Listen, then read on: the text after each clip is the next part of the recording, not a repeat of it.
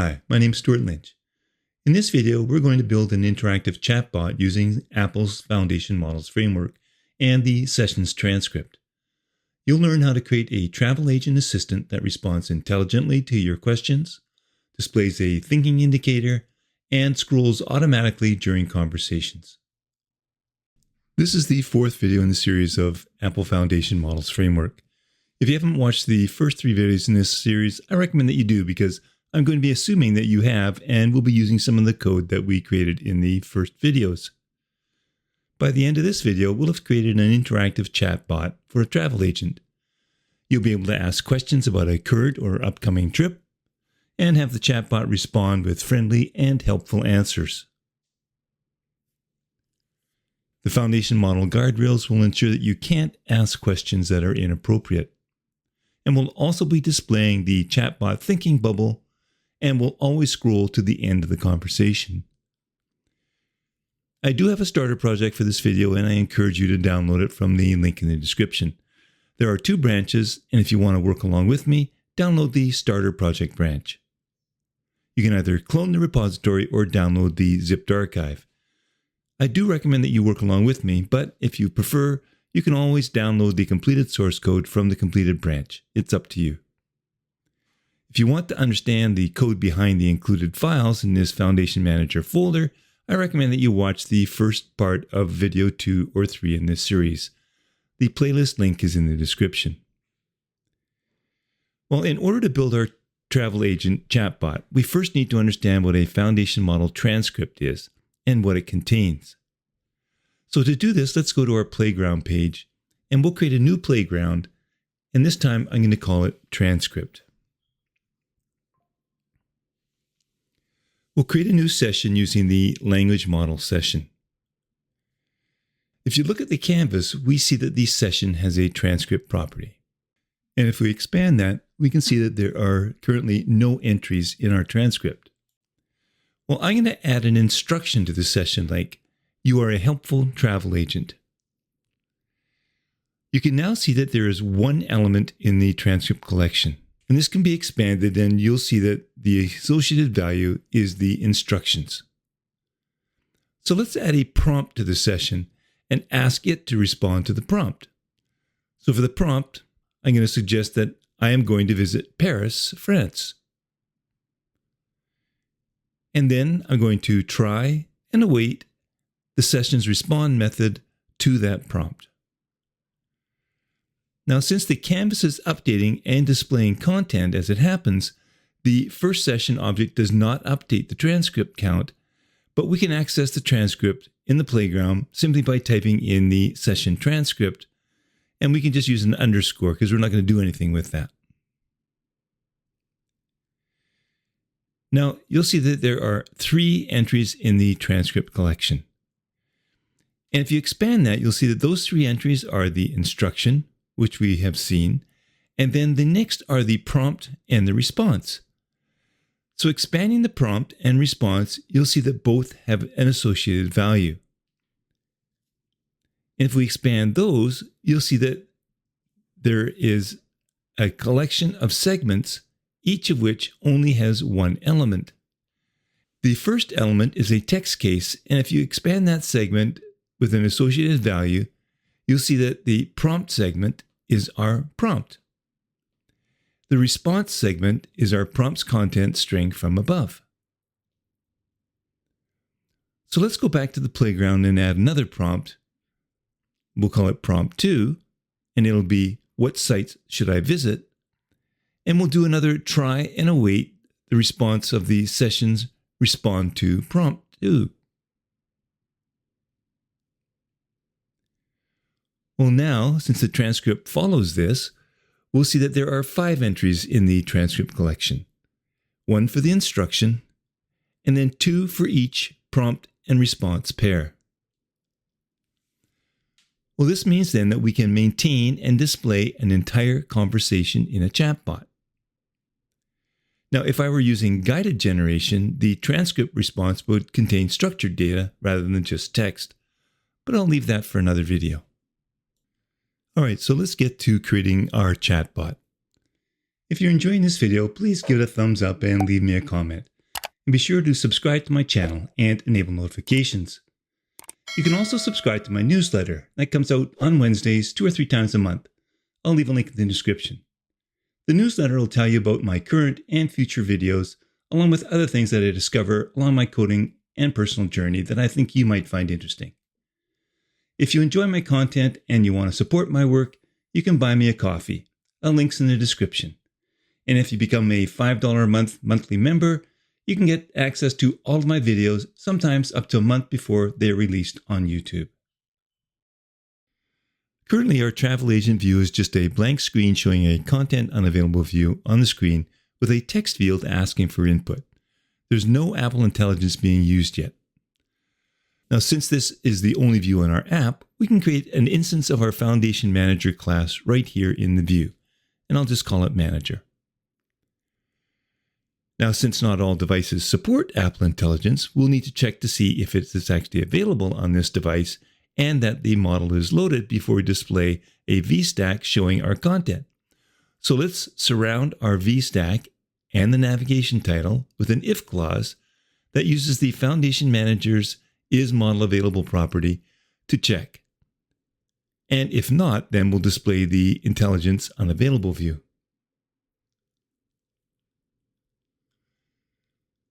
Also, since we may be bringing this view from the background to the foreground if we were in another app, we should also check each time we get to the foreground if the model is available here too.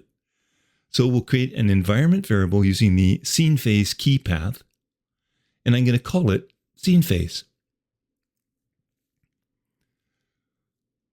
And then I can attach to the navigation stack an onChange modifier that checks for changes in the scene phase. Now we're only interested in the new value, so we can call that new phase. And then if new phase is equal to the active state, then we can call our Foundation Manager's class's check is available method. We've covered this multiple times in the last 3 videos. Well, now I'll need to import Foundation Model Framework because we're going to be doing some work right here in the view. So we're going to need a Foundation Model session.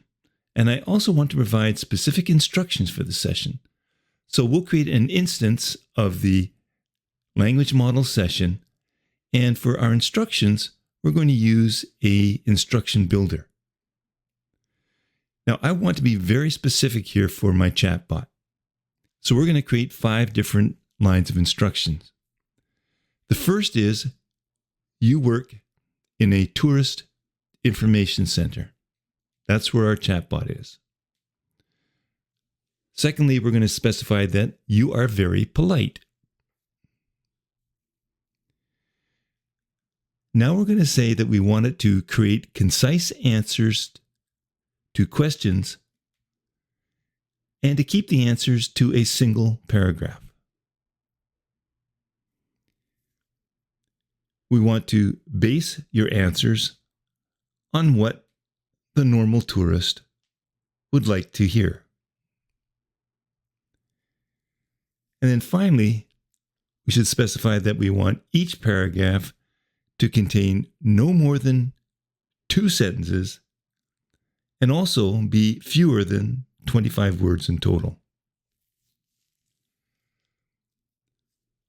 So now what we want to do is to submit a prompt to the session every time a user taps the Enter key after typing in some text in the text field. And this is done with an onSubmit action on that text field. But we only want to do this if the text field is not empty. So first, let's create a function outside of the navigation stack and call it sendQuestion. We'll come back to that shortly. And then in the onSubmit action, we'll check to see if not question is empty. And if that's the case, we'll call that sendQuestion. So now let's go back and work on that function. First, let's trim any spaces and new lines from the questions text field and assign that to a prompt variable. It's a string.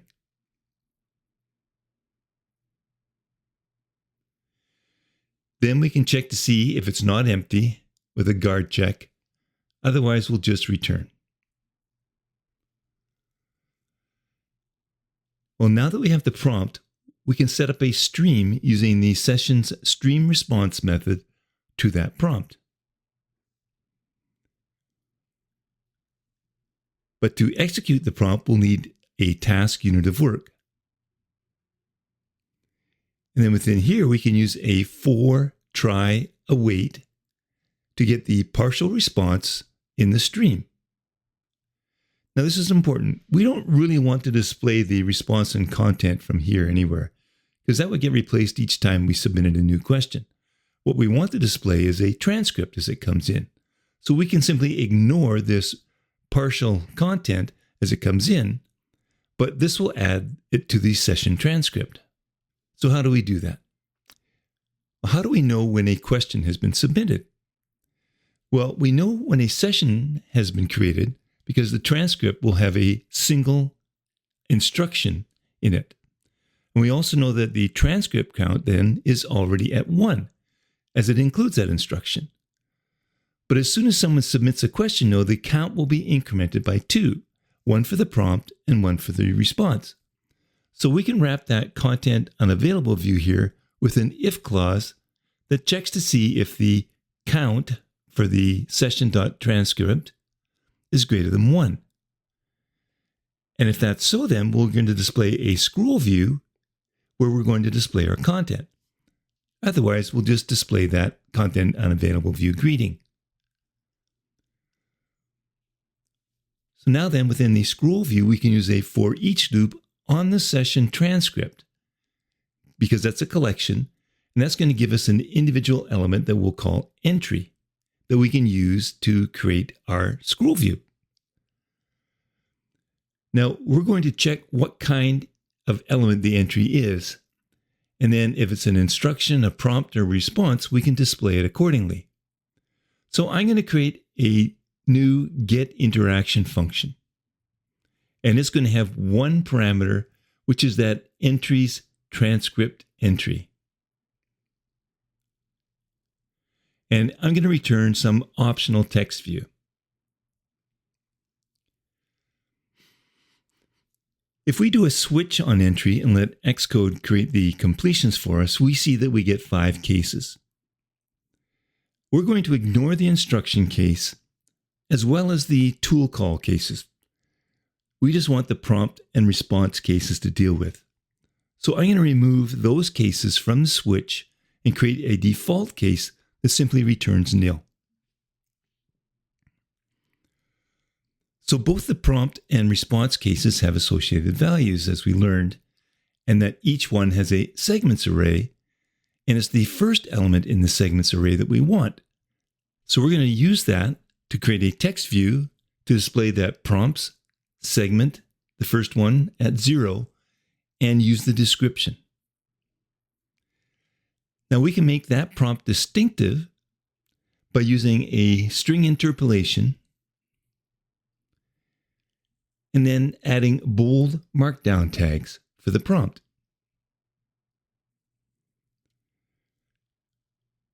For the response, then, we can do something very similar, but changing the prompt to response, and instead of using bold for markdown, we'll use the italic tags. So now back in our for each loop, we can use an if-let to unwrap the optional text view returned by the getInteraction function that's going to accept the entry, and it's going to return an interaction view. But we can also align the text to the left and make it expand to the width of the scroll view by setting a frame with a max width of infinity and an alignment of leading. So let's test this out by starting the conversation simply with a prompt of hi. And the agent gives you a nice friendly response. I think we should be clearing the question field once we get a response though. So let me fix that by going back, and after the question is sent, set that question field to an empty string. Let's try again. Let's tell the agent that you're going to go visit Vancouver, BC. Again, the agent gives you a helpful response. So you can continue to ask the agent questions, and it's going to give you helpful responses, like asking what the weather will be like in October in Vancouver. Now we're going to fix this UI up later, but what if you wanted to start a new conversation completely unrelated to this trip to Vancouver?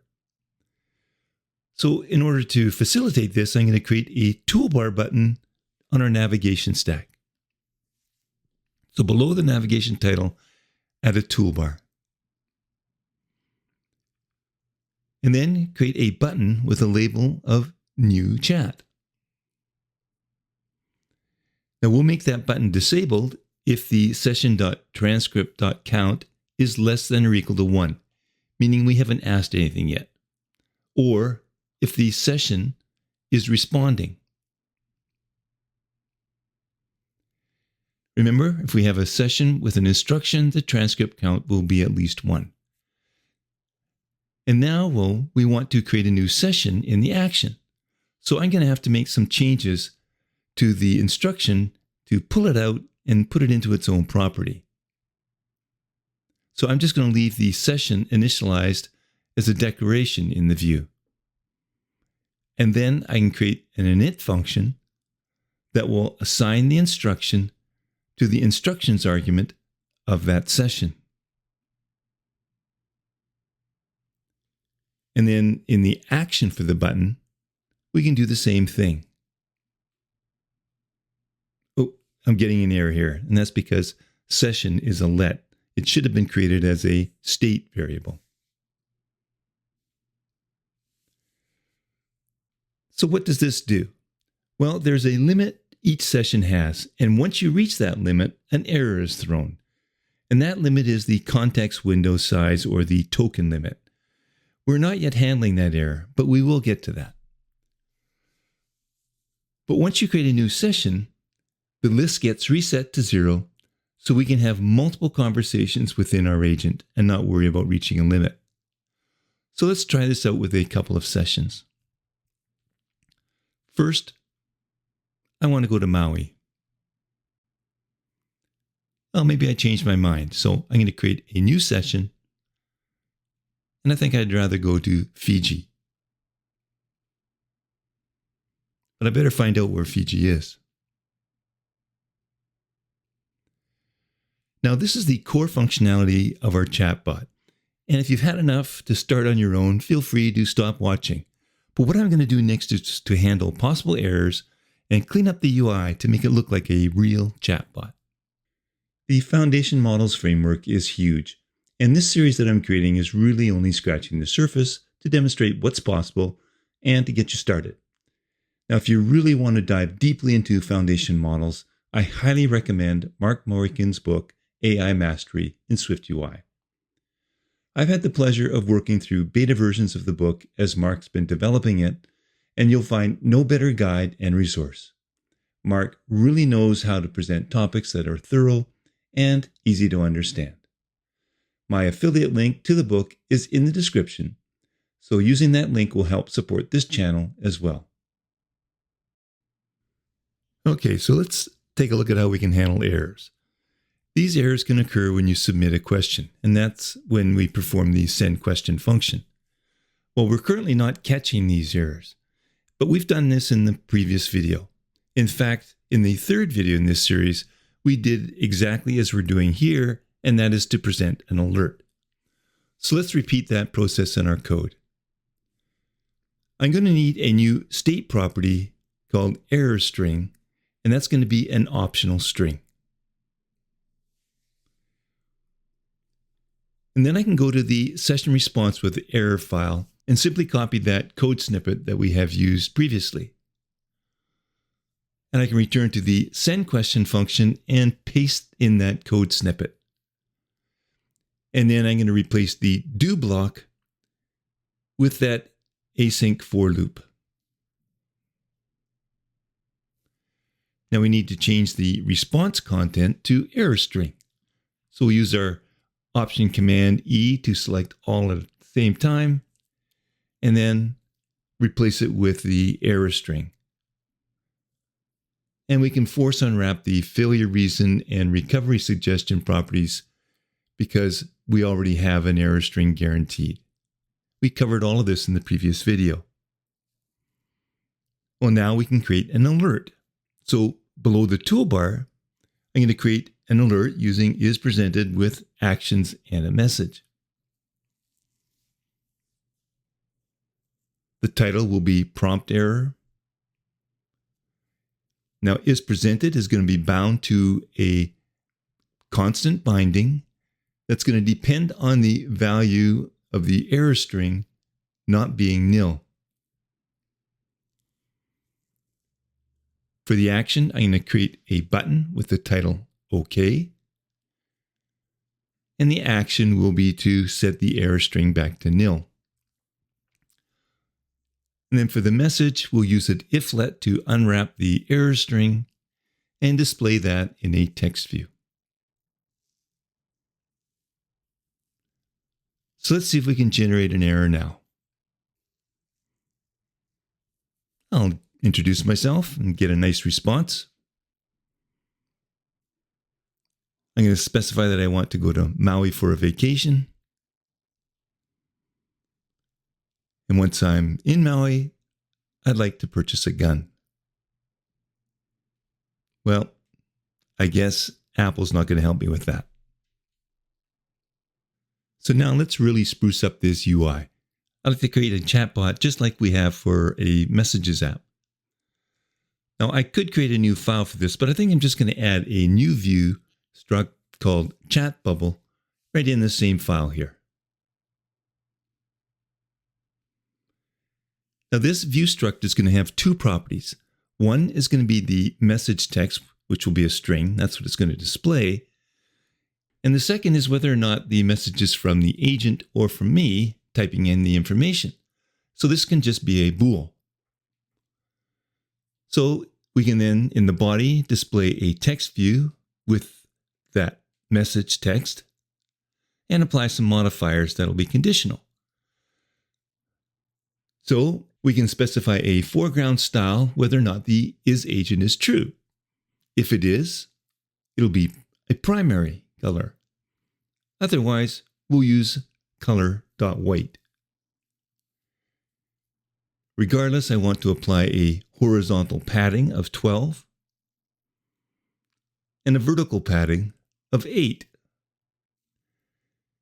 The background will change, however, depending on if agent is true. And if it is, we'll use the color of a system gray 5. Otherwise, we'll have a blue bubble. And to create that bubble, I'm going to create a clip shape of a rounded rectangle with a corner radius of 16. And now I'm also going to specify that the frame has a max width of infinity and the alignment is going to be depending on whether or not it's from an agent. If isAgent is true, we're going to align to the trailing edge. Otherwise, we'll align to the leading edge. So I can return now to my getInteraction function, and instead of returning an optional text view, I'm going to return an optional chat bubble. So in the case of a prompt, we'll return a chat bubble using the prompt's segment 0 description and set isAgent to false. But in the case of response, we're going to use the response's segment 0 description, but set isAgent to true. So returning to the scroll view, we still have our interaction, which is a view, but it also has an isAgent property that we can use to apply a spacer either before or after the chat bubble. And we can specify some spacing that's going to either push it in from the left or from the right, or the leading or the trailing edges. So I'm going to create an H stack, and add an if clause to check to see if agent is true. And if it is, we'll add a spacer with a minimum length of 50 and then display the interaction view. Otherwise, through the else clause, we'll display the interaction view first and then the same spacer with a minimum length of 50 afterwards. I'm going to try this out now, but I'm going to run it in the simulator as I've seen a number of crashes in my canvas. Now, as I work through this example, you'll notice that there is no indication that the agent is thinking.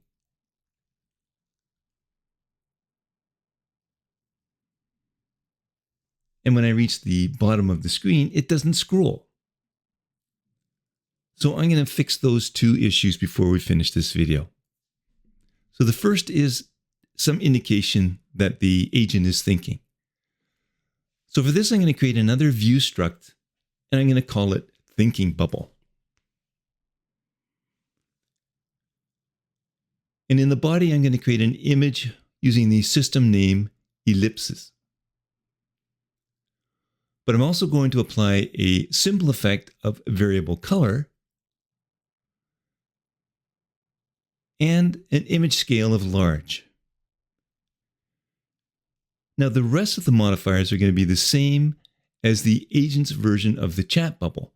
So I'm simply going to copy those, but remove all of the conditionals.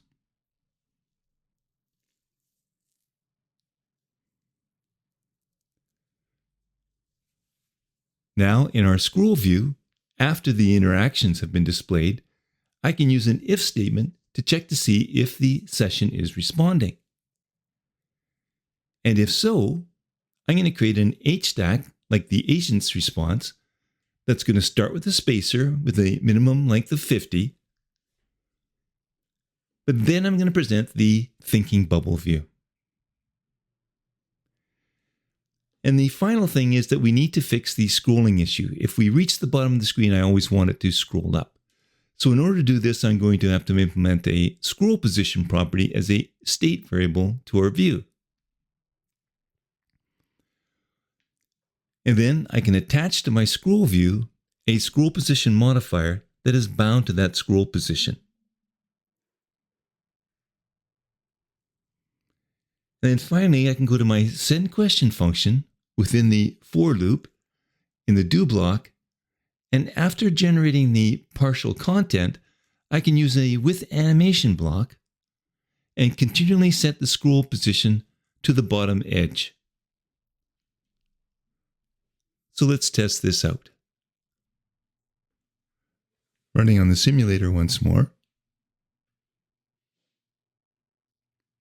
Well, that's a friendly greeting. I'd like to visit Avignon, France. And notice the thinking bubble as a response comes in. Well, let's see what else there is to visit there.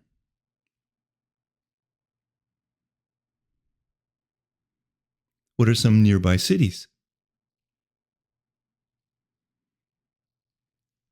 I'd better check the weather there in October. And notice that I was at the bottom of the screen, and as the answer came in, it scrolled up. Perfect. That's what I wanted. So this concludes this video, and I hope that this has given you some ideas on how you might use foundation models in your own apps going forward. If you found this video helpful, please like and subscribe to my channel. It really helps. And remember, you can get access to my videos by downloading my free channel listing app for the Mac, or you can use the web version on an iPhone or an iPad to get better searching and viewing of my content. Links are in the description.